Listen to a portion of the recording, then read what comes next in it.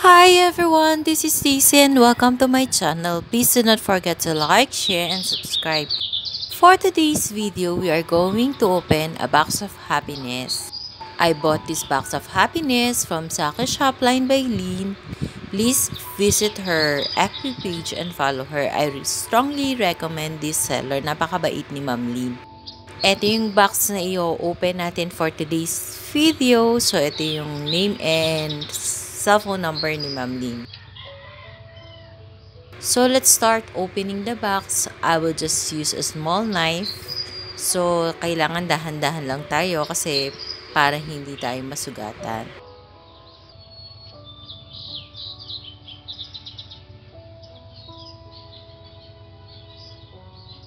At para hindi rin ma-damage yung halaman doon sa loob. As you can see, well packed naman yung mga halaman doon sa loob ng box. And meron din akong nakita sa gilid ng LBC box sa may labas sa loob ng plastic na meron pala siyang permit or parang certification na yung halaman sa loob ng box is pest-free and healthy. So, first time ko nakakuha ng ganitong papel or certification sa mga nabili kong halaman. So, let's start unwrapping yung mga halaman sa loob ng box. So, may pa freebie seller. Ito, succulent siya. More on Echeveria. Ang ganda niya, clump.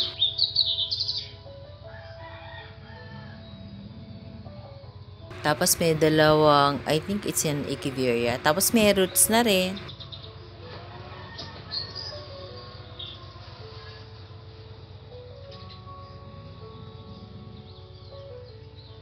Yung next is medyo nagmashy, so okay lang yan. Tanggalin lang natin yung mushy leaves para hindi na mahawa yung ibang leaves na katabi.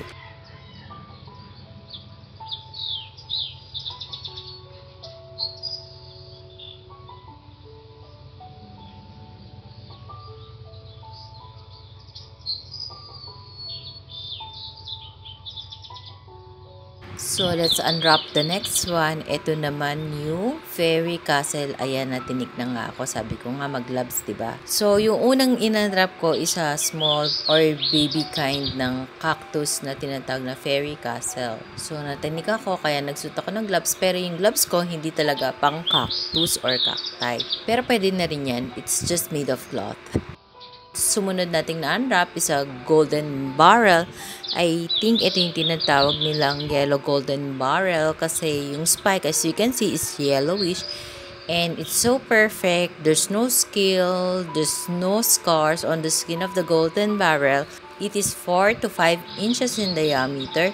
Perfect yung spike. Before kasi ayokong bumili ng mga cactus or cacti sa online kasi nga usually pag dumadating may scars tapos yung kanyang skin hindi ganun ka-perfect unlike pag bibili ka sa physical store makakapili ka tapos usually nababali yung spike but this one yung sa golden barrel is a perfect one, no scars, no quirky sa lower part and napakaganda ng spike. So thank you so much Ma'am Lynn.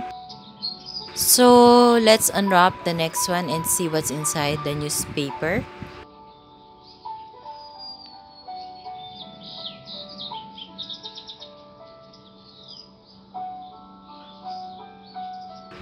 So, it's a mellow cactus na pink yung pinaka-top niya. So, just like the golden barrel, it's perfect in shape. The spike is perfect too. No scars, nor quirky. So, napakaganda niya. I'm so happy with what the seller gave me. I will try to put it in the table pero parang hindi ako comfortable kasi baka masira yung spike nung mellow cactus. So, ayusin lang natin. And then, the next one that we have unwrapped is, I do not know the cactus ID, but it is also perfect in shape. Ang ganda din ng topmost part ng cactus. So, let's put it in a small white pot na walang laman para nakatayo siya. So, I'm going to do the same with the Mellow Cactus para ma-prevent natin na masira yung spike ng Mellow Cactus.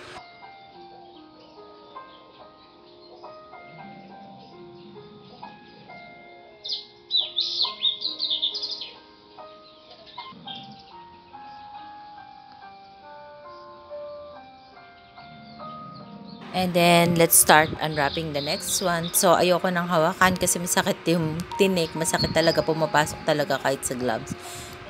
So, ayan, it's a rainbow cactus. It is 7 to 8 inches tall. So, it is one of my wish list talaga, yung rainbow cactus kasi napaka-pricey. So, ngayon na ako nagkaroon ng budget para makabili nito. So, I'm so happy. Ang ganda nito. Pag na-stress yung color, it's pink. And I love pink.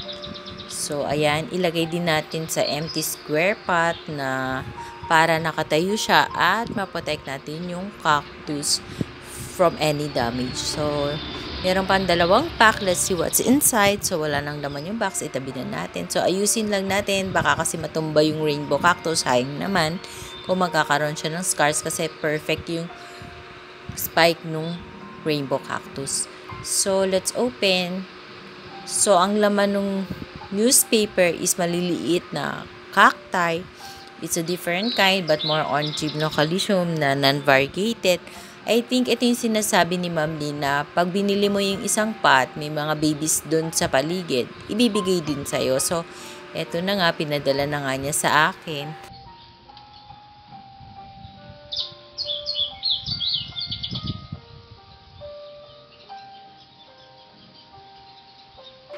So, let's have a final and closer look of each item na nabili natin kay seller. Enjoy watching!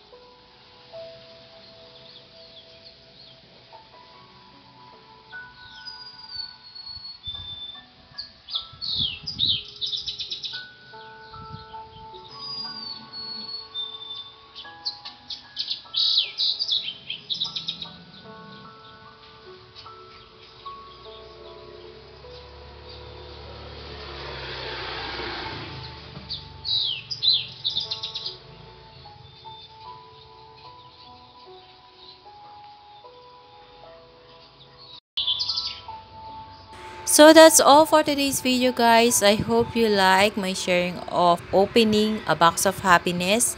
Thank you for watching. Please do not forget to subscribe and share my video to your family, friends, and relatives. Bye for now. See you on my next video. Bye-bye. God bless us all. Bye.